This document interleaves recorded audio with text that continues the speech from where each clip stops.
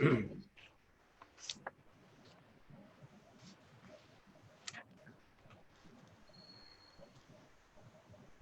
I think we're going live. Hello, everybody. Welcome to the ABCD show. I want to thank all of you for the overwhelming response we've got on our show. A lot of credit goes to our speaker for this evening. I'm so happy to be introducing Dr. Samir Dalvai. Dr. Dalwai is a developmental behavioral pediatrician and founder director of New Horizons Child Development Center. He is also the founder vice president of the ECA. He has completed his MBBS and MD in pediatrics. He is a DNB, DCH, FCPS. He's also done his LLB from the JC College of Law, Mumbai, and he's been awarded the Rajiv Gandhi Manav Seva Award for services to children in 2012. And he is the fellow of the Indian Academy of Pediatrics, 2019.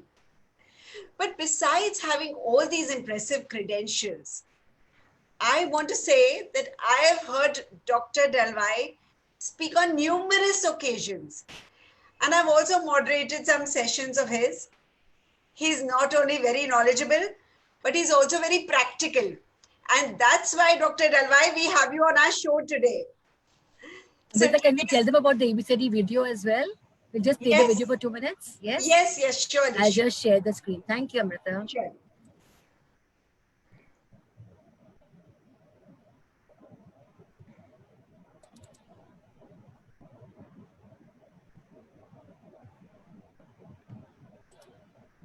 Just 1 second.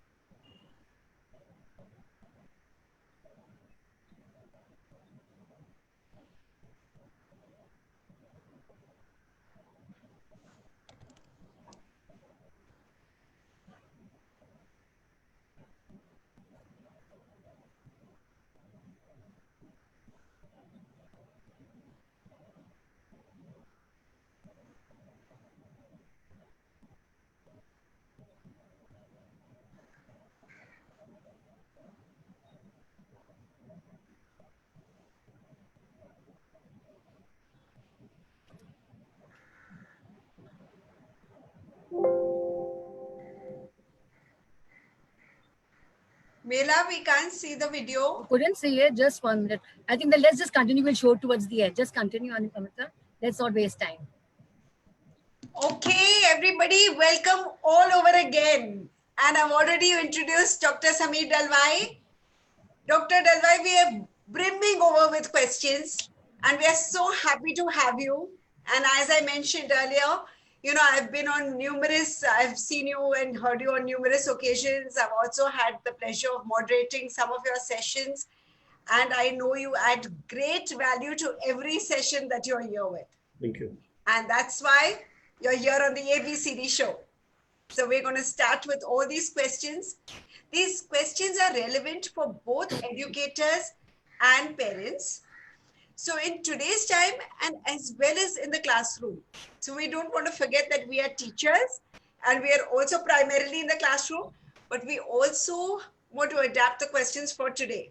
So you will have two-part answers to everything that you talk to us. Sure. All right. Also, before we start with the questions, I want to tell you, all you attendees, that Dr. Dalwai will be very happy to answer all your questions too. So please put in your questions in the question and answer box and not in the chat box, because then it'll be very difficult to sift. And he's going to be very happy at the end of of us asking him questions to answer your questions.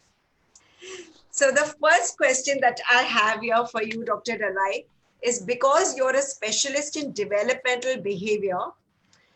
Our first question is about behavior. We've seen in a lot of cases that children change behavior.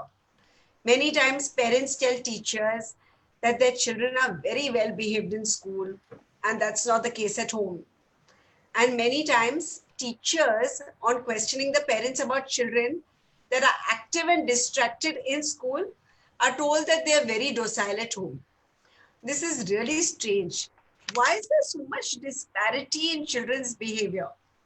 All right, that's a good question, and thank you for inviting me on this show, and been a pleasure to work with all of you as well.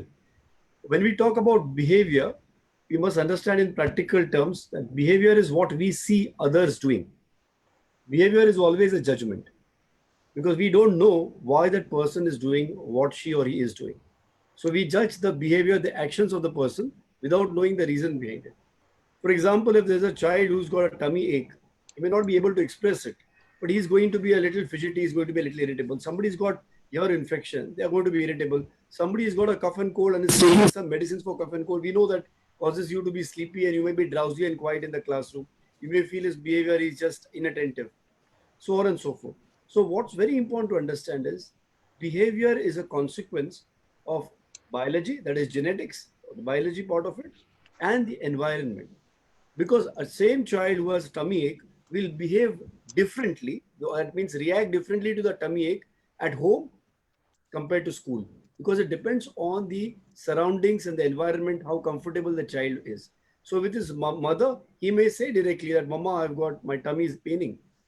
But if with the school, he might wonder, what will the teacher say? What will the other boys and girls say? Will they make fun of me? So he may keep quiet and he may then be squirming in his seat. So behavior is always dependent more on the environment and more on the child's ability to adapt to that environment, which of course is quite a lot genetic as well as part of training to manifest as a behavior. And hence, when you gave the simple example of why the child is sometimes very well behaved at school, but not very well behaved at home, the first thing is sure that it doesn't have a genetic hyperactivity problem. Because if it was a genetic or a biological hyperactivity, it would have been at both the settings. So typically when you talk about ADHD, it has to be at multiple settings. Ghar pe bhi hyperactive hai, hyperactive in the school also, at the neighbor's place also, at the grandparents. So this child, if he is not hyperactive in school, certainly is not ADHD. Then why is he so badly behaved at home?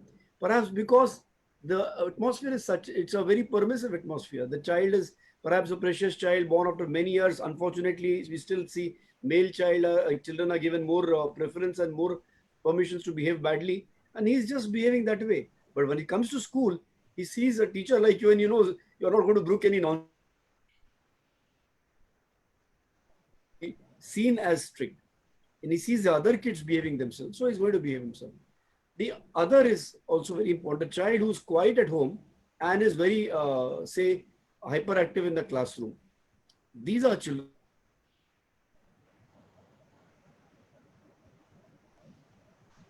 Dr. Dalwai? I think he's having some network issue.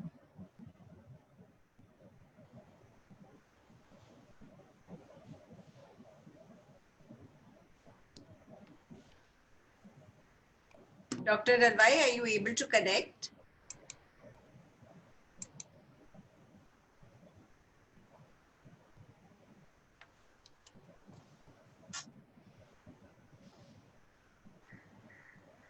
I think he logged back in. He just logged out. He'll come back in sometime.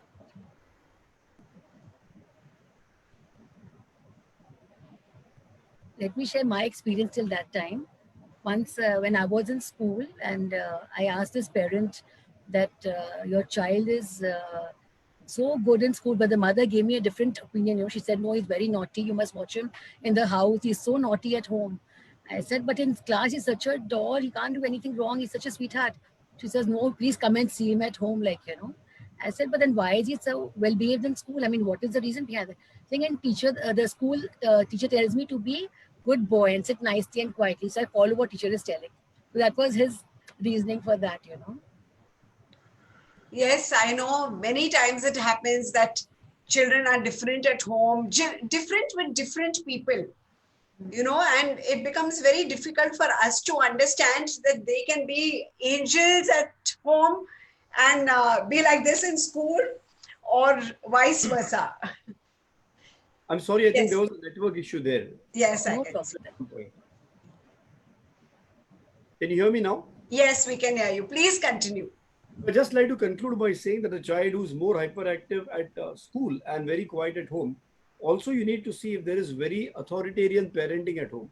Whether the father or the mother is extremely strict to the extent that the child is very scared to manifest his own behavior, and that's why he's very quiet. And once he comes to the school again, he sees friends around and he's more relaxed and he's able to really vent out his frustration. So that is how we need to look at each and every situation very individualistically. And the key to understanding not just a child's but anyone's behavior is to really try and look beneath the behavior and never take behavior at face value. All right. Correct. We really get that, because I think sometimes parents also need to learn to balance, the permissive factor at home and also in school, to give leeway for that. Right. Correct. And doctor, a very good point about knowing the child's, what is he feeling today in school. He may not be open to talk to the teacher. That's a very valid point that you mentioned. So taking further to this Just question like number interrupt 2. you at this point, just to tell Sure. you two things which are very important. I mean, you don't need a developmental pediatrician for it. Right. Most times we end up thinking that the child needs some reference and some therapy and things like that. But two very important issues which are really causing a surge in behavioral issues are, one is, and both go hand in hand. One is lack of sleep. I've every place I talk, I ask parents, what do you think is the amount of time children need to sleep? And nobody seems to give the right answer. The child below 8, 9 years of age would need about 12 hours of sleep at night. And this sleep has to be continuous sleep. It can't be 4 hours in the afternoon and another 6 hours at night. It has to be continuous because that's how the brain really uses that time to regenerate and to the growth hormone is secreted and the brain gets refreshed and all those things happen. So what's very important to understand is, has the child got that much of sleep? And the other thing that goes along with it is digital and screen time and media time. And they go hand in hand because very often you find children accessing the digital media late in the night, which again worsens or causes arousal, prevents sleeping, and that again leads to a lot of irritation in the morning. So these two issues, parents need to be very clear about that. You need to make sure that your child, up to 2 years of age, we recover zero time. From 2 to 5 years, it should be about 1.5 hour at the most, along with a parent as a co-view or a co-watch. But definitely not giving the device in the child's hand that the child can operate. And certainly at no age up to adolescence, allowing the device to be in the child's bedroom or where the child sleeps, whether it's a television or a tablet or a phone. So these are the things which cause a behavioral problem. And of course, finally, there's a small percentage of children who have a hyperactivity, impulsivity, inattention, what we call as ADHD, or a child who would be having anxiety and would be hyperactive. So those finally need to be referred when you tried all these things and it's not helping. They need to be referred and we need to look into it. Some children may have sensory issues, so we need to look into those issues finally. Correct. Yes, I think that sleep is a big factor because many times children don't get enough sleep and then they come to school. So, Yes. we feel that they're cranky and irritable at school and they're not the same way at home. But that Also, could be because it's, just they've not slept at night. yes, Correct. yes. Also, sorry, I keep adding and interrupting you, but Please diet. keep adding. So diet. I mean, there are often times when I find children, parents will say कि वो कुछ नहीं खाता है सुबह जाने के समय. Correct. So he's not had anything to eat, and how do you function, expect the brain to work if there's no glucose? And there's a problem, reason for that as well. Why the child doesn't eat? So typically, your school van or the bus or whatever, you have to leave your house at 7 o'clock, Hmm. and the child is woken up at quarter to 7 because he slept late the previous night. And in 15 minutes, how do you expect the child to brush his teeth or her teeth, wash his or her face, go to the toilet? I mean, that's another reason for constipation actually.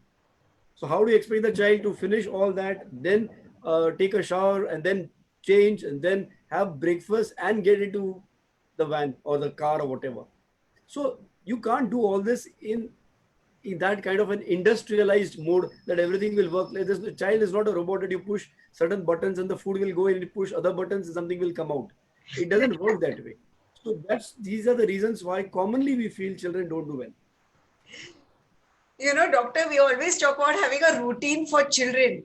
But from what I'm understanding with you, I think there should be a routine for parents because they have to put their children to sleep early and then get them up early enough to get them ready. So, You're right.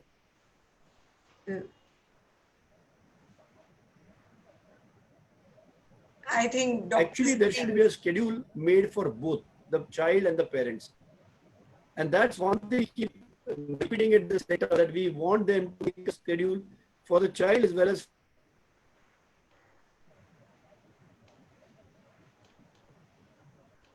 Amrita, I think you're also frozen.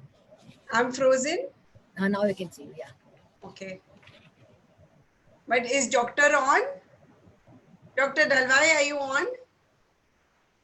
Maybe he'll come back.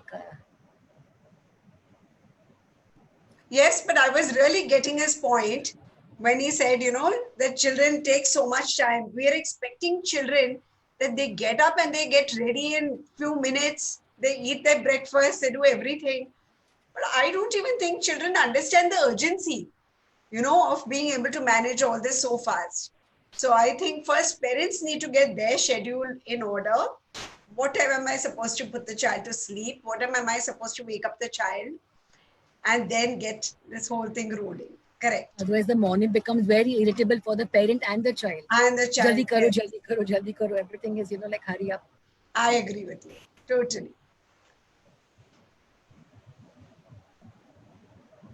We just wait for doctor to come back. Let's hope he's back soon. Should I call him up? No, I'm sure he'll be trying to come in.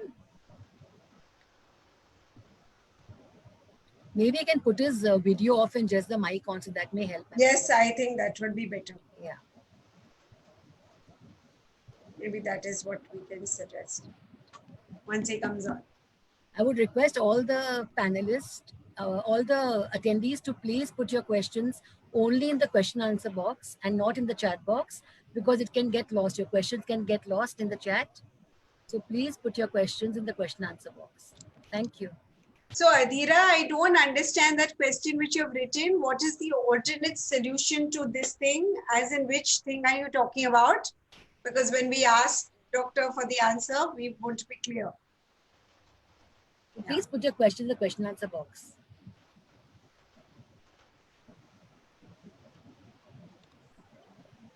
Yeah, I think doctor. Doctor, are you back? I'm really sorry about the network from my side today. So I'll answer in short and then maybe you can moderate it. Yes, yes. Sorry, go ahead. Don't mind.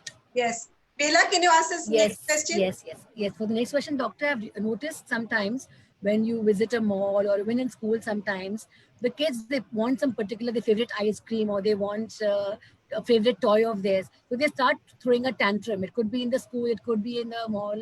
So how do you solve issues such as these, and how can parents address tantrum throwing, or even they banging their head against the wall, or even rolling on the floor? And it's not acceptable behavior. So how do parents deal with something like that? So basically, what is a tantrum? A tantrum is a frustration which the child is unable to handle and expresses in a way which we feel is a bad way, which is a tantrum, by either shouting or screaming or banging his head or her head, whatever. So it's basically, we must understand it's an act of communication, but of course it's not the appropriate communication because the child is not able or unaware how to appropriately communicate. And beneath that is the fact that the child has certain desires or certain want or certain thought. When that is thwarted, then it leads to inability to deal with that rejection or with that saying no. And hence there is that anger.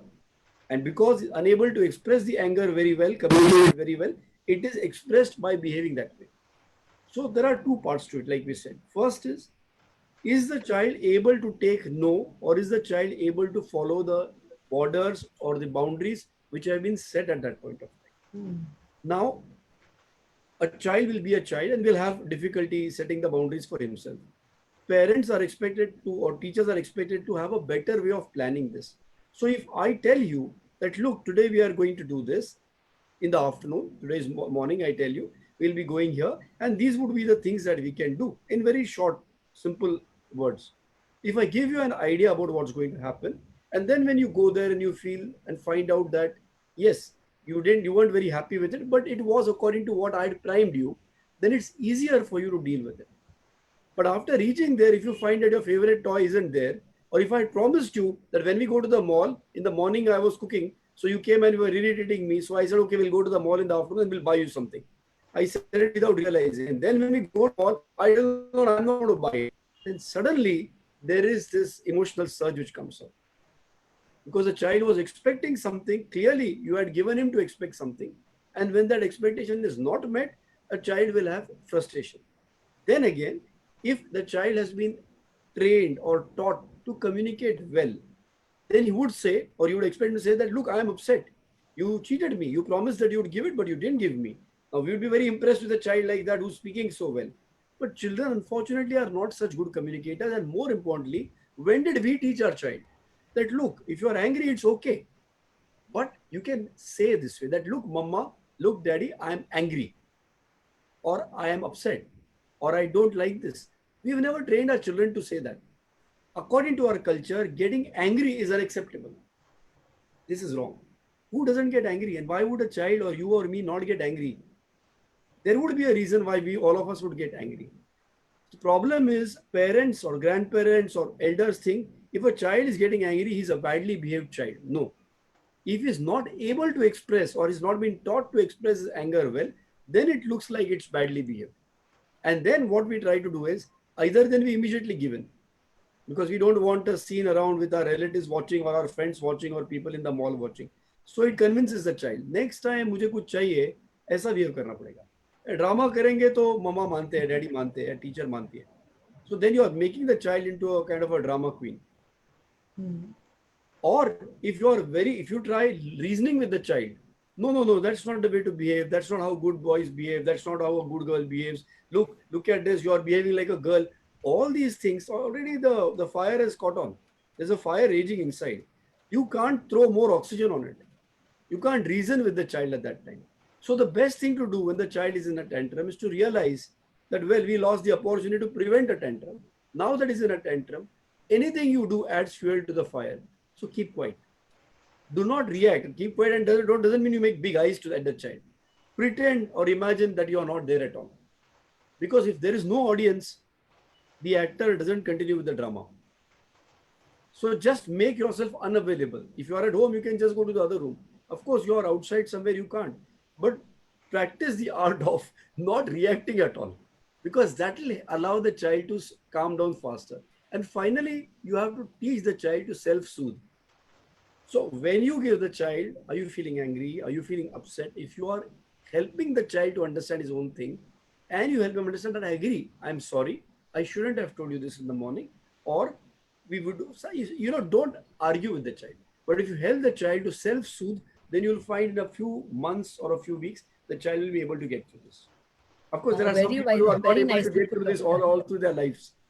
No, very, very nicely put. In fact, I like the idea of setting the expectation right from the very beginning. So that's very important. And then always, whatever you promise, try and fulfill that promise. So as a parent, let's keep that in mind for the little children. So Amrita, we'll move on to the next question. Yes, I also agree with that, giving children words to communicate, to say you're angry or to say you're upset rather than acting like this. Because if you can say it, then you won't need to act it out. Very true. So very, very nicely put, Doctor. Yes. So before I give you this question, I want to give you a situation. Parent is handling the child at home. Everything is very good. Now this parent takes this child out, to someone's house or to a mall or anywhere. And the child gets very, very excited. Now they want to touch everything. They want to play with everything, want to jump on the sofas, want to take something back home. How does the parent deal with all this? How do you teach the child what to do in these kind of circumstances? Because the child at home is not doing all these things. But when the child has gone to someone else's house, they behave like this. And especially when they take something, maybe there's a toy there or a showpiece and they like it and they insist on taking it back home. How do you set those boundaries for children? Don't subdue the child, but set boundaries. Again, the answer is what I said earlier.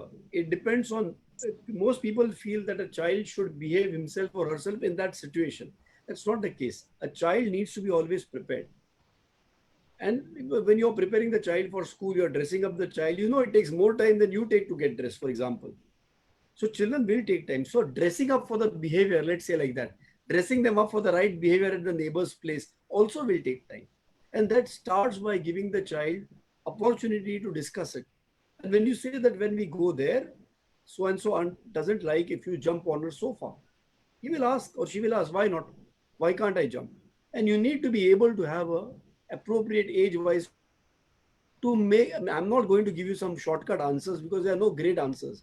It's all about making the child feel validated. So there's no right answer as such, why you should not jump on the neighbor's sofa. But the point is that you are at least addressing it with the child. So the child feels validated that I had a question and somebody tried to attempt to solve it. I'm just thinking right now, all of us have seen this film Saransh many years back about Anupam Kher who goes to a kind of, he's trying to get an urn of his ashes back and nobody pays any attention to him till he finally blows his fuse. That's exactly what happens with kids. We never listen to them. We never communicate with them when they want to say something. When there's time to tell them something, we don't do it. Eventually, nobody's listening to them and then they, throw a fit. So it's very important to explain to the child this. Now, imagine after you go there, what happens? If you go there, even all the way you keep talking, look, we've planned that we'll do this, and always tie it up with some reward and recognition later. That if you do this, I know it's very difficult for you when you go to that uncle's place, you see all those cars that he's kept at his place, those toy cars, and you just want to grab all of it. Maybe we can ask him for one car to play with while you are there. And if you're able to do that, then when you come back home, maybe I'll give you a car to play with for a couple of hours, a toy car, something like that. So there's always something that you have tagged it to. Then when you go there, you may say from behalf of the child, uncle, is it possible for us to get one of these small toy cars to play for a few minutes? And we promise to take care of it and we will not break it. Now the child will be jumping up and down while you are saying this. But when you say this, you are priming him down that we need to handle our excitement easily. And when the uncle does give it, you're validating the child. Of course, he is interested in the toy car. It's also about himself. So when he gets that, he knows that so much of validation he's got, he's going to deal with it carefully and is not going to allow it to get out of hand. Now, after this, he's a child after all. If it does start getting out of hand, you can cajole him, you can speak with him, or you can say, look, mama is now getting upset. Your tone is not changed, but you're saying these words. Look, mama is getting upset. You don't have to scream, mama is getting upset, or daddy is getting upset. And then gradually, okay, now we promised that we will not be playing with this dangerously or banging this toy up and down. Now you have done that. I think it's time to give it back to uncle. Now, either again, okay, I won't do that. And then again, he's able to regulate himself, self-soothe. If he's not, then if it's getting out of hand, before it gets out of hand into a shouting match, you say, okay, I think we need to leave because, he's just too excited. I mean, wouldn't you do that as an adult? If somebody really is getting into some kind of a slanging match, you would say, okay, let's leave.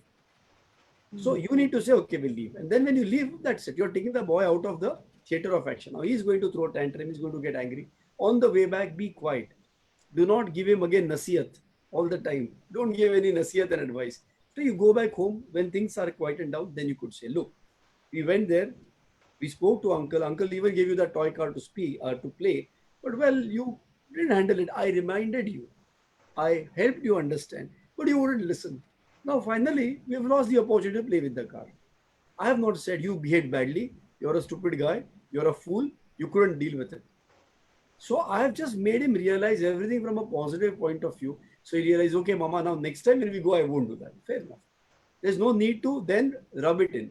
On the contrary, if he's behaved very well and he's played with the car, he's given the car back, you need to make an example of it. You need to tell everybody, look, how lovely my child behaves, how well he behaves. We had planned that we'll ask uncle for the car for 10 minutes and we'll not damage it. And he's done just that. What a brilliant kid I have. You don't need to tell him, tell other people in front of him.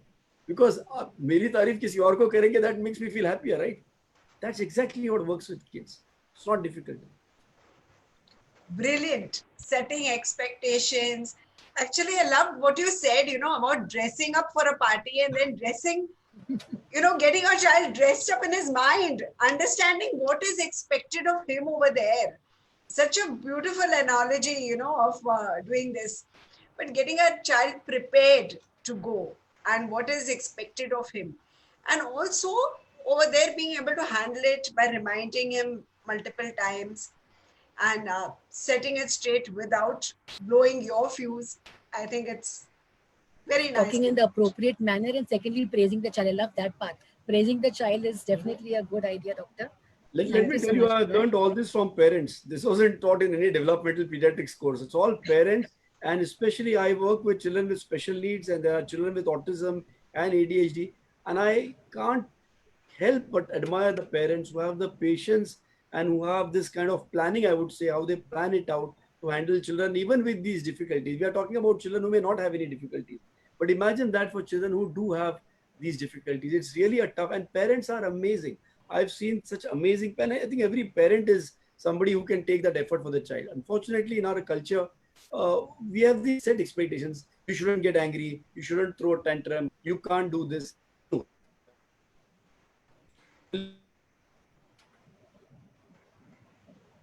I think doctor is again having some network issue. I think he's frozen again. I'm going to see.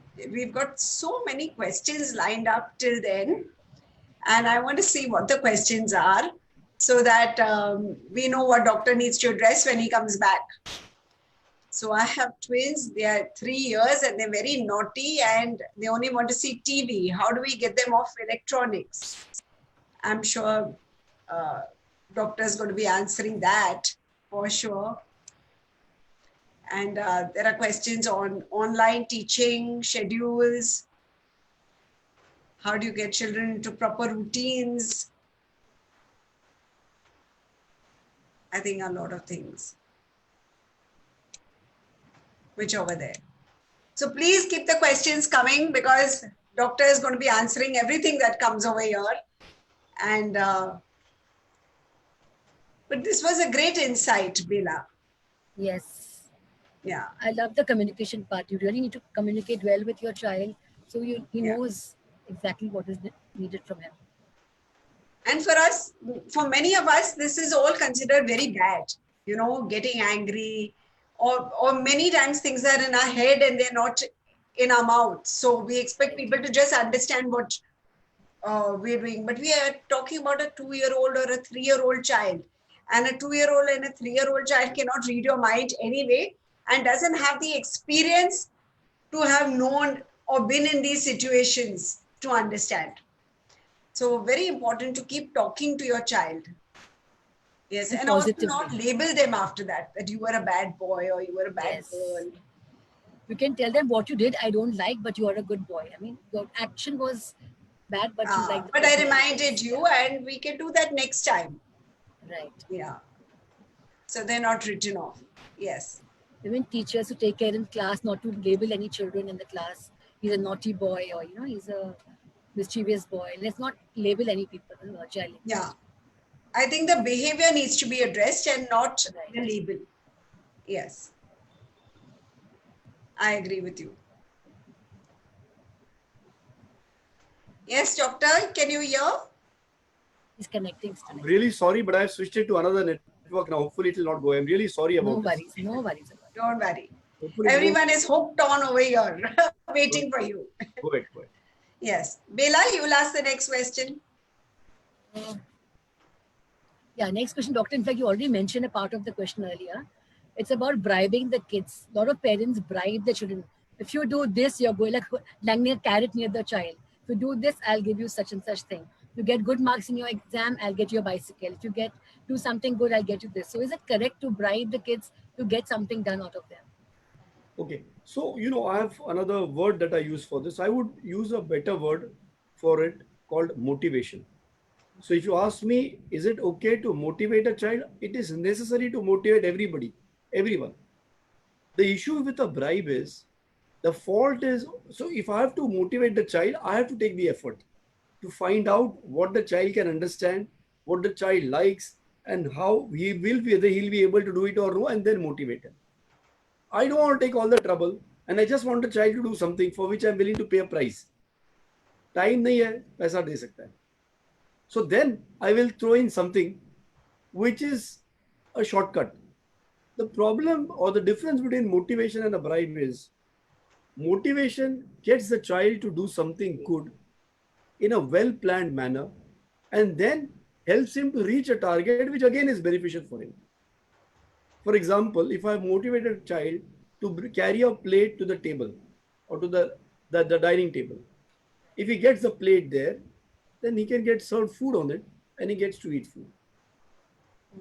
So there is a connection between the action and the end result. That's what works in motivation. In bribe, if I tell the child, you do this and I'll give you a chocolate, finish your homework, I'll give you a chocolate. What is the connection between the homework, the natural connection between homework and chocolate? It's an unnatural, unrealistic connection. This is where the problem comes in. If you do your homework, I'll let you watch TV. There's no connection between the two. So the child starts developing things which are unrealistic, which are unreasonable because they're not connected to each other.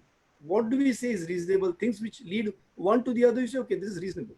This is why we develop unreasonable expectations or behaviors in children. So I have nothing against motivating a child. In fact, I would say you can motivate a child to do anything. Let me tell you guys, children who have special needs, we can get them to improve so much more just by motivating them correctly. Forget about any other therapies and medicines and other things. So motivation is phenomenally important. Like I mentioned, bribery doesn't work because it only promotes unreasonable expectations in the child. Yes. I would say, doctor, even motivation and even praise works very well. Absolutely, yeah. These are absolutely. the two factors. Yeah. Absolutely. After he's done it, you are absolutely right. One is he gets the natural benefit of what he did. He gets to eat food on that plate, as well as you get praise. My point also is at times, even if you don't praise him too much, he's realized कि ये करने से ये होता है. If I listen to mama while she's so one of the most important things we keep telling parents is get your child involved in household chores at home. So if you help me, I will praise you. Again, that praise has to be connected to that action. But if you help me cook, I'm going to give you the salad to eat. So that works in a much deeper way as well. Thank you, doctor. Very nicely explained. Thank you. Correct. I know it's an acknowledgement that the child wants. That I acknowledge you are doing this. Yeah, absolutely. Yes. I think a validation. Very nice. Okay, now the next question, doctor. A lot of teachers are doing these online engagements with children nowadays. There are 15 or 20 children on the screen, out of which 3 or 4 are have not really adjusted to this online learning, and they start disrupting the whole class. How do teachers manage this situation? Actually, this situation is for a classroom also. In a classroom also, we have about 20 children in a class, out of which 3 or 4 are disrupting. How does a teacher manage? Because then if she pays attention to the ones who are disrupting, she's ignoring the ones who are being good. So what is she supposed to do? So I'm sure we are going to talk about current situation, not in the previous classrooms. We would look at both now, I think. All right. let's go to Because the current situation because they're both tied up. yeah, The difference is that in a face-to-face or in a physically interactive situation, you are able to touch the child, you're able to hold the child, you're able to get the child's attention drawn towards you because you're right very close. So physical proximity is a great help in dealing with the child, no doubt about it. So I agree that in the earlier or in the previous version where we had an actual physical school, it was easier for the teacher to cajole the child, to soothe the child, to distract the child and to draw the child into what's happening, what she's doing. All of us know this, that a pre-primary teacher, don't get me wrong, but it's actually like a healthcare worker, like a nurse. She has to use her love to get the child to learn. You understand what I'm saying? You'll find a preschool teacher who's able to draw the child by affection is a more effective teacher than say a class 8 or a class 9 teacher who needs to know the content so thoroughly well. And she correct. may not be a very emotionally attached kind of a person at class 9th or class 10 teacher.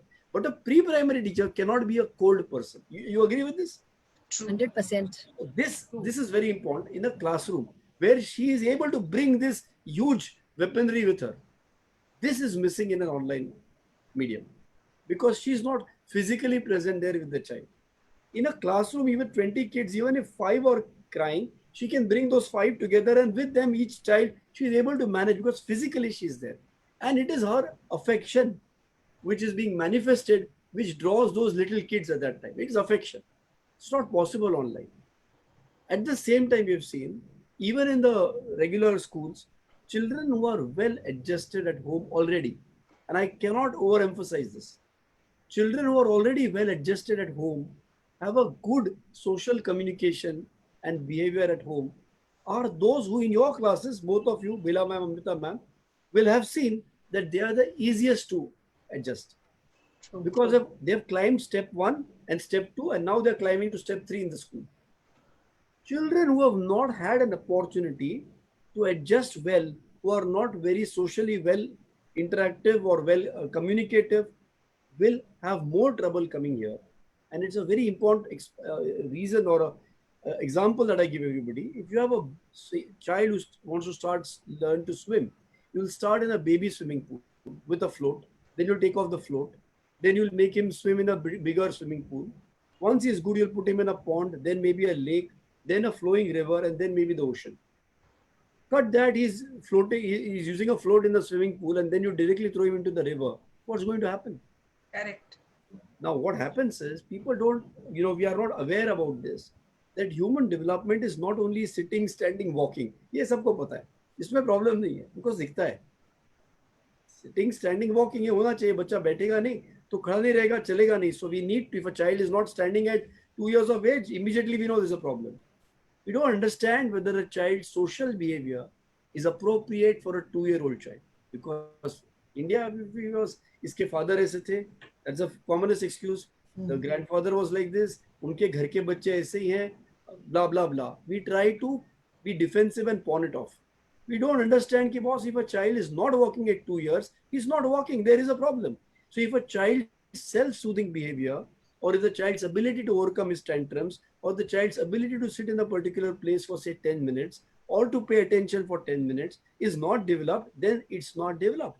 We need to develop that because when you put him in a school situation, whether it's a preschool, nursery, there is a set structure. However much you try to individualize, if you have 20 people with you, kids with you, you cannot super individualize. Now, if you set a curriculum level, the idea of a curriculum is what? That you're dealing with children who have come ready or pre-completed, if I may say, or who are ready to come to that level and go ahead from there. Now, if this child is not at this level, if he's here, this gap is going to be a big, big, big problem. And this is what creates a big crisis. So if the child doesn't have enough opportunity for social communication at home and he comes to the school, he's going to be those children who won't take extra time to settle in. अब तो तुम्हारा वो ये भी नहीं रहा ना emotional, the teacher वाला, the affection वाला, or physical way that you can cajole the child or give affection to the child. Now on the screen at home it becomes even more difficult. So my answer would be, in a child like this, there's nothing that you can do directly. Let me be very frank. You need to work with the parents to find out what's happening before. If your online class starts at 9 a.m. and the child is woken up at quarter to 9, same story. He's half asleep, slept very late at night. He's not even washed his face. He hasn't freshened up. सामने बिठा दिया. How is he going to, and what can you do? I mean, I agree, you all are great, but you can't be superhumans all the time. This is something you cannot do. You have to have a conversation with the parents. Ki, Mama, can you tell me what is the child's daily schedule? Start with the whole day. Don't ask only what happens in the 15 minutes before. What time did the child go to bed the previous night? What time did he wake up? Did he just sleep well? Does he have disturbed sleep? Does the father, for example, come home from the job at 12 o'clock and does the child wake up at that time with excitement because he wants to play with the child? So they may say that they go to bed at 9 o'clock and they're awake from 12 to 3. So they haven't completed their sleep. Again, like you mentioned earlier, Amruta ma'am, was there a schedule made? Did the child wake up an hour or so early? Did he go through his morning chores aram se peacefully? Has it given him enough time to be aroused? There's a difference between being awakened and aroused. Is he focused now to be able to pay attention to the small screen and listen to what the teacher is saying? Has he had something to eat? Has he done his, toilet and stuff like that? Has he, at home when you send to school, you would dress up the child. That's another processing that the child is going through. Okay, now I'm getting ready to go somewhere. Then you drive there or you walk there. Yahan pe, you just pick up the child and keep him in front of. I've seen so many kids who are just in their pajamas. That's not done, because at the end of the day, this is to an extent a formal interaction. You need to get the child ready to be in that frame of mind that, okay, now I'm sitting for something that I have to pay attention there. So these things need to be worked out by the school with the parents. In fact, parent teacher association or co-work has only increased and will only keep increasing in an online medium, because physical separation nahi hai. You don't have physical access to the child. The parent has. So you have to now make the parent a very strong, big, important partner in your work as teachers. And for that, you will have to create this awareness, cajole them, explain to them, because it's not going to come easy to all of them. Otherwise, they would have all become teachers already. They may be having a different personality, and then you will have to get them to do all this. So it requires a little bit of background work. When you're preparing the curriculum, it's no longer about the child. Now the curriculum includes parents.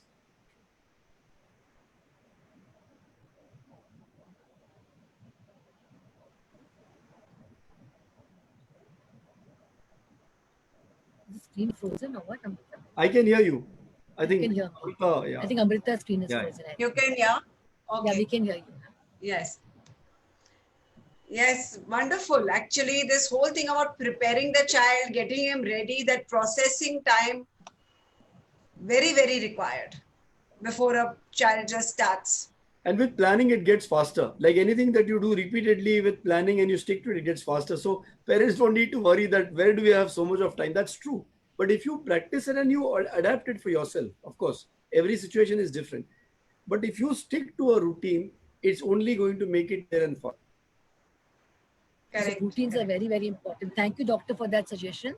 So coming to a next question, doctors, there are some children in class or even at home who are maybe little distracted, hyperactive, like you would say, but parents or when teachers won't realize when they need the actual help from professionals. So what are the signs that you look for to know that requires professional help? So can you Okay, just throw some light on that? let me give you a simple example. When do you take a child to a doctor for fever? So of course, some of us rush even before the child has fever, but most of us would wait. We know that couple of days fever is viral fever. Today we don't want to hear the word viral, but otherwise, so we waited for a couple of days. If the child only had mild fever, say 100, but the child was running around playful, just had a little bit of sneezing, but no severe cough, no breathlessness, then you would wait for a couple of days. Now, without all these other things, also, if the fever didn't get better in 2 days, I mean, you would try all your home remedies, or my mom also, घर का काढ़ा पिलाते, ये सब करते, वो सब, all that, you do that. If it doesn't get better in 2 days, you go to the doctor. Or on the day one of the fever itself, if the child, along with the fever, is very dull, is not eating, is not passing urine, is not playful at all, looks very irritated, is having severe cough, is having breathless, turning blue, having breathlessness, is turning blue, or has a fit, obviously you would rush to the doctor immediately. So it depends on the same way for these issues. If these issues are, you are able to deal with them easily, or they come in and they go also easily. It may repeat, but it comes and goes easily, and it's easy for you to manage, then it's fine. Now, here the difference is fever we know is a medical illness. Behavior is difficult to judge. So you always take feedback from others. What are your neighbors saying? I mean, you might be okay with the child jumping on your sofa, but somebody else is not. In your house, in your culture, it might be fine, which is correct. I mean, nobody can judge that. But by and large, the society accept it. Will the school accept it if he starts jumping on the bench? Now, these issues, if you are not able to control, that means that the child definitely needs some help. So, one is what are the expectations you are setting from the child? And then, after having set expectations from the child, if the child is able to fit into those expectations reasonably well, with a little bit of effort from your side, from the teacher's side, from some advice you get from somebody or the other, and it's manageable, that's fine. But after trying some, still if you are keeping getting a feedback, the teacher gives a feedback that look ma'am, your child just doesn't sit in his place, he goes around disrupting everybody, he's biting somebody, or he drops somebody's tiffin all the time. Or if your neighbors are giving you the hamare ghar pe mat bhejna, your child comes and breaks everything. If you keep getting it repeatedly, the longer you wait, the more your child is getting habituated to such behavior. Now, if he gets habituated to such behavior, then he goes into the phase where if you stop him or criticize him, he takes that negatively. Because for him, he thinks it's normal behavior. Why are you criticizing me for something which I have not done wrong at all? Then it gets into an oppositional or a defined kind of behavior. So initially it could be only plain attention deficit, hyperactivity, impulsivity, ADHD.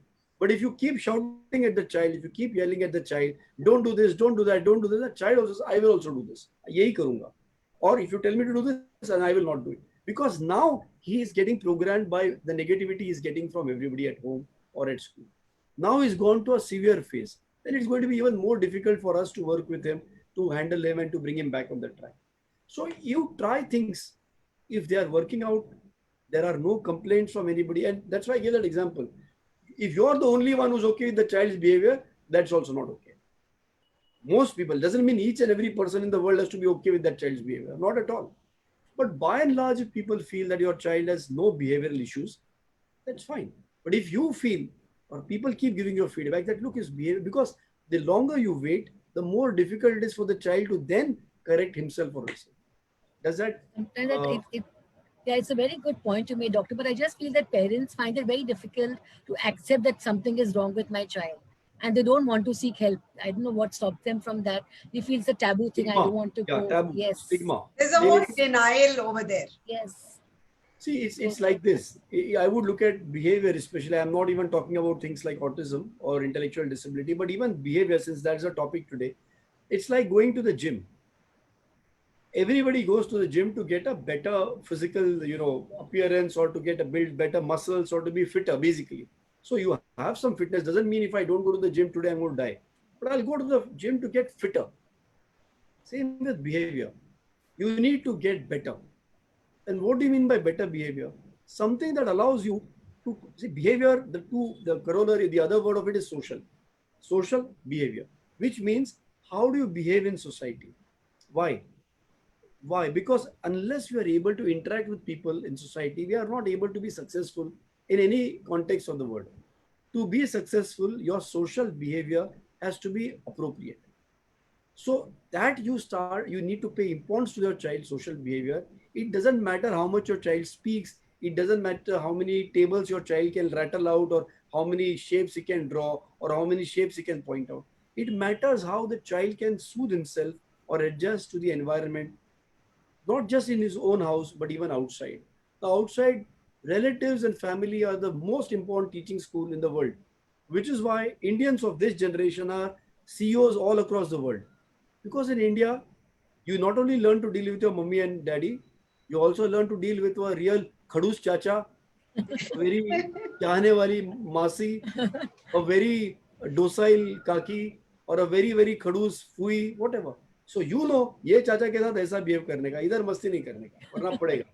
हाँ, वो चाचा वो sir पे भी कूदी मारेगा ना, वो बेचारा मामा कुछ नहीं बोलता है. So you are able to understand this, and that gives you a very strong lead in the world how to behave with people so that you are able to get along well.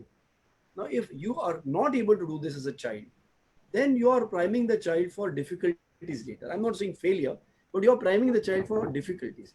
Because especially if you look at our country and everywhere else also, you may be a genius, but if you're not able to get along with people, if you're not able to make people feel nice, nobody's going to make you feel nice. And even for children who come to us for, say, children with autism, one of the things I keep telling them is the moment your child understands simple commands like bring a plate or hello, can you hear me? Yes, yes, very well. So bring a plate, help your mama, bring a potato, keep the tomato. The moment the child starts doing that, the next level is he starts doing it in school. When the teacher says bring your book or do this, now the moment a child, especially earlier who was having a problem, starts listening to the teacher, excuse me for these teachers, but that's what I tell the parents. The moment he starts, following the teacher, he's going to become the teacher's pet. Such a lovely boy, he follows whatever I say. The moment he becomes a teacher's pet, the teacher is going to even go further out of her way to be nice to him, to stimulate him more, to help him more. और एक छोटा मोटा mistake किया भी तो ठीक है, he's a very good boy otherwise. This is what translates in the rest of the world also. Unless you are able to help someone else, nobody is going to bother about you whether you are alive or dead. Look at today's times. When a crisis hits, the Nobel Prize winner is of no use. Correct. The EP next door is of more use. Your neighbor next door is more use. So this is the most important art your child has to learn. As a parent, I would give that advice to you. Is your child able to help others? If he is able to help others, then others have a stake in him. They have a stake in his safety. They have a benefit and a profit in keeping him happy or looking after him, your child that is. So if you teach your child ABCD curriculum, XYZ course, this syllabus, that syllabus, all that is okay, very good. But if you teach your child one syllabus, how to behave in the neighborhood, that is his key to success throughout life, because then the neighborhood will take care of him. That's very well put. That's why I always Very well put, doctor. hear all these hi-fi names of. So again, no offense meant at all. Great work, all these schools. But the real global school is your neighborhood. The most important school is your neighborhood, where you grow up. And if you are able to deal with that neighborhood, and hopefully that neighborhood should be a diverse neighborhood. That's why sometimes gated communities have this problem, that it's like the Siddharth philosophy, Gautam Buddha. Suddenly you go outside and you see the real world and you can't even accept it. So the more variety you have in the child's neighborhood and the child is used to all of that, the more it's like a brain gym. It prepares the child in the gym of social interaction and social strengths. He's able to do that much later throughout in his life. If he's able to learn this, don't worry about the academic part. Child will always pick up. But it's a social behavior that if it's not going on track, you need to correct it ASAP. There are so many children who had mild hyperactivity, but they keep getting labeled. Obviously I'm against it. Nobody should label a child. But at the end of the day, dunya hai. So somebody or the other, even if you're not, because you're afraid of the headmistress, you will not say something that you're a mischievous boy, but you will make the typical look in your eye. The child knows. Child knows that she doesn't like me, teacher doesn't like me, the other kids don't like me, the other kids' parents don't like me. They will make a face. You can't stop everybody, right? And that creates a lot of negativity in the child. This sets the child up for further problems in life, marital problems, job-related problems, so many other issues, problems with his own child. So it's very important to know, get it shown to a specialist, get it analyzed, pay attention to what the consultant is saying. Don't just, okay, I just need some therapy. अभी therapy कर दिया, बच्चा ठीक हो गया. अच्छा, counseling, oh, my wife needs counseling, mother का counseling चाहिए, मुझे कोई problem नहीं. हो गया. We have done 5 counseling. They come back and tell you, teacher, you sent us, no? We did 10 sessions of therapy and we did 3 sessions of counseling. अभी कुछ मत बोलना. That doesn't work. Whom are you, saying this to? The only one who's suffering is your child. The idea to do all these things is not just to tick off because the school told us we went for therapies. No. How much is that therapy helping your child? Is it appropriate to your child, or is it just somebody going through the motions? And what is the end point? Do you see a change in behavior? Do you see a change in feedback from everybody else? If so, then you're fine. If not, then you need to try something else. Sometimes they expect miracles overnight. I've taken him, fatapat theek hona chahiye, but that's not the case with things like this. It takes time. The parents should realize and be patient. I think also what you're saying is very right. Your verbal and non-verbal behavior makes a lot of difference to the child. The way you're looking at the child, the way you're feeling for the child is getting everything. So even all that therapy is happening on one side and you're looking at the child, oh, you didn't learn anything. That child is still in the same mode that I'm not improving. So Correct. I really get that. Very, very well put, Doctor. Doctor, we've got so many questions, a Yeah, yeah, whole line of questions right here for you. So we'll start yeah. uh, immediately. So Rima Ahuja says, I have twins. They're 3 years. They're very naughty. They only want to see TV and the iPad. How do you get them off electronics? All right. So I am sure with the twins, you have your hands full, and now, especially with no house help, I don't know how. Plus, if you're working from home, your husband's working from home, it must be very, very tough. And then we have absolutely no option but to, use the screen like a electronic nanny or a babysitter. The other option is for you to really look at what other options do you have or what other choices do you have to keep the child engaged. The best engagement for the child would be personal interaction. That's the best. That's the most superior quality of interaction or engagement, I would say. If not, can you engage the child in an activity where he has to at least involve with another child or with a grandparent? If not, can the two kids at 3 years, it's more going to be more of fights all the time, I understand. But can they work out something with each other? And as far as possible, with a workout, they play with an object, as far as possible, not a screen. So we've talked about the dangers of screen. I think we've done that before also, and we know that right from visual impairment to obesity, and of course a host of emotional behavioral problems in between, it does lead to that. So what I would recommend is start decreasing the screen time and make a schedule.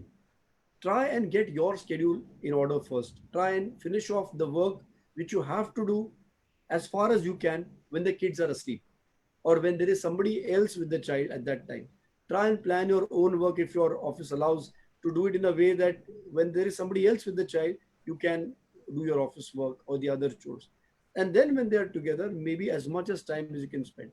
Now, as they grow older, and 3 years is quite a good age, you can assign them a task and then come back after some time and see whether they've done it without being too critical about it if they haven't done it. But get them on to then be on their own to do tasks, to do you do something which is an activity rather than just sitting and watching the TV. Because, like I said, that's your final option. Then, if you have nothing else that works, then you go for that. Children, trust me, are always happier to interact with adults, with people, with human beings other than objects. And if they are not, I would tell you to watch out for autism. I mean, I'm not telling this mother, I'm just saying that's a general statement. Generally. Because according to me, autism is a child which is more interested in the object world than the human world to start off with genetically. I see a lot of children who show these kind of behaviors because they haven't got much of human interaction. And they've been watching nursery rhymes from the time they were 3 months old. 3 months, not 3 years. 3 months old. And I've seen children who've come to me diagnosed as autism, but they didn't have autism. It's just because they only saw patterns and repeated nursery rhymes. So they started picking up that behavior. The moment you take that away and the moment you put them with parents, automatically they start getting better because you do what you observe. You learn what you see, you learn what you do. If you have that milieu where the child for it was to eat, to keep him calm, to from 4 or 5 months of age, I've seen households where children are just put onto these so-called nursery rhymes because they make them more intelligent, which is the most ridiculous thing I've heard. Like we said, before 2 years, no screens at all. And hence, I would recommend that even if you have a corner in the house where you have you have a trampoline and you have a couple of trampolines because you have two kids now and both of them will want to do it at the same time, well, you may have to replicate it. But have a corner, have a routine, have them do a kind of an obstacle course at home, have them do Legos or have them do these other games which they can work on while you're busy and keep going back in intervals. So you can do your work as well at the same time, pay time attention to them. And maybe an hour of watching television together or a screen time together would not be a problem, but perhaps not more than that. Thank you, Doctor. I hope, Rima, your question is answered. And we'll move to Renuka's question now. She's asking, when the entire family is awake till 2 a.m., it's tough for a child to sleep. So how does one explain it to the adults in the house that child needs this? So how can we explain to the adults? So, well, it's you have to make people aware about the problems with screen time. And in fact, we are running a Facebook as well as an Instagram page, a campaign for the last 1 year called Limit My Screen Time, where we've put in a lot of resource material, but we've also encouraged parents who practice this at home to put in their own. And in fact, I'd invite both of you. You can even share it on the ABCD page Sure, we'll of do that. Okay. parents Surely. coming together to contribute towards what are their ideas. So the lady who asked us earlier, I don't know whether I said whatever I said may help her. Something else might, but I'd be happy if she can share it with our other readers. So everybody gets ideas from everywhere, and that makes us aware about the dangers of screen time. So it all starts with awareness, because if you have, and here the question that you asked, Bila ma'am, is having two problems. One is Right. that they are awake, that sleep deprivation itself, and then again at the same time they probably must be watching media. So both these issues are very important, and I would say that adults or senior citizens are more concerned about physical health. So if you explain to them that we know now that the growth hormone is secreted at this time and the child needs to get 10, 11, 12 hours of sleep, otherwise the child's height will not grow, for example. If you put it this way, I'm just giving you ways to talk at home, then they might listen कि फिर वजन नहीं बढ़ेगा या दुबला ही रहेगा या बहुत मोटा हो जाएगा. So maybe you can, depending on the family that you have, you can put these things. So even if you have to put in the physical harm of staying awake late or watching too much of media, perhaps they would listen. I think the True, true. parents should be the role model themselves. Reduce TV time yourself, and the child will not see it. It's just simple Correct. enough. That Or you put the child to bed and then you And then get you back watch. to your routine, whatever it is, yes, if that is the way it is. But the child needs to have a routine for sure. Correct. There is this question right now. Karuna Gorshi has asked, Doctor, how can parents reduce screen time during online teaching schedules? So, Okay. So I'm sure she's asking about older kids. So there are simple things that you must keep in mind with the screen. One is this rule of 20-20-20 that we mentioned the other day also. After every 20 minutes, even for you as an adult, if you're working, remember to look away from the screen for 20 seconds and try and focus on an object 20 feet away. So, I mean, all of us in Mumbai have smaller houses, so maybe out of the window. But that allows you the lens of your eyes to relax and the muscles to relax, because now we are focused only at a shot. So, another example, if you're using a mobile, try and keep it at a distance of a foot, and if it's a laptop, maybe at 1.5 feet or 2 feet, and a TV preferably 6 feet. So all these things are in place. Also, when you're using a computer or a screen, try and keep the device a little lower compared to the level of your eyes. So when you're looking a little down, your eyes don't open up much. Looking up, your eyes open more, and the more your eyes are open, the faster they dry up. And dry eyes is one of the very common problems with screen time. And the other thing is to encourage the child to keep blinking, because when you blink, it moisturizes the eyes. If it's really getting very dry, you may need to use moisturizers or eye drops, which the doctor may recommend. So these issues are very important. Also, I would say after every 1 hour, for maybe a class 6 or a class 7 child or maybe class 4 child, make sure that the child has a opportunity to get up and walk around for 5-10 minutes, stretch his limbs, move around, because just sitting in a place is going to also lead to a lot of other complications, obesity. The child is anyway not going to, he needs some physical exertion. In a school, we forget that after every lecture, the children will get up, move around, do a little bit of musty before the teacher comes back. So there is some physical exertion going on. Going to school, coming back, climbing the stairs, all that is missing. So we need to factor that in. Doctor, if we are talking about even preschool children and we have online engagements with children, they're anyway only for 45 minutes. So, do we take a break in between that? Well, if you are doing activities, which I hope that's what's Yes. happening, and they're just moving around. So if the kid is dancing, he's going to be looking around everywhere and then come back to the screen for a reference check. That would be fine. If he's staring at the screen, that means you are teaching something, then there's a problem. But if you are, like, from what I understand, most of us, what they're doing is just some instructions for the child to do something with the parent at home or Yeah. around in the house or playing basically. So he's not looking at the screen all the time. So I think that would serve the point. Yes. Perfect. Perfect. so we have a next question from Parul. She's asking what could be the reasons for 3.5-year-old child being constantly angry and short-tempered. Well, you need to understand why he's angry and short tempered, and the best person to answer is the child himself. Can't answer verbally, but you need to observe. What are the simple advice I'd give you is for a month. That's what we tell our the patients who come to us or children who come to us. Keep what we call a mom's diary. At night before you go to bed, write down the three things in the day that cause some conflict. Any three things. But the top most important three things of that day. Write the same down next day. What were the top three things of that day that caused a conflict between you and the child? My guess is even if you write this down for 15 days, 20 days, you won't find three different points every day. Eventually, you're going to find the same things recurring again and again and again. And that will give you an insight into what triggers off the child's so called short tempered behavior or irritability or anger. And you will be able to then understand what's gone wrong. And then I'm sure you'll be able to deal with it. Quite often, there are children who get a little hyperactive even when they're hungry or they're sleepy. But then again, it will tell you what time this happens. So, keeping this, taking a review on, or a feedback or keeping this record is, I found this a lot in the children whom I consult. It's helped their parents to understand exactly what's going wrong with the child. So if you could do that and maybe get back to us, then we'll help you. Very nice, doctor. Doctor, there's this lady called Priya Deshpande, and she's asking, what are the differences between neurodivergent and neurotypical children? Okay. By neuro, we mean the nervous system or the neurological development of the child. And typical is the regular track of milestones that we are talking about in various domains in gross motor, fine motor, social communication, all those things. So, as long as a child is achieving the milestones or going along the normal track or the expected track, even if it's a little late, at least it's a neurotypical track.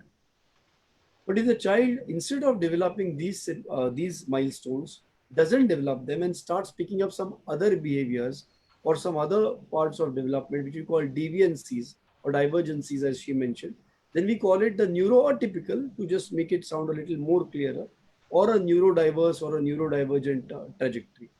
Now, that's always much more of a concern than just a delay.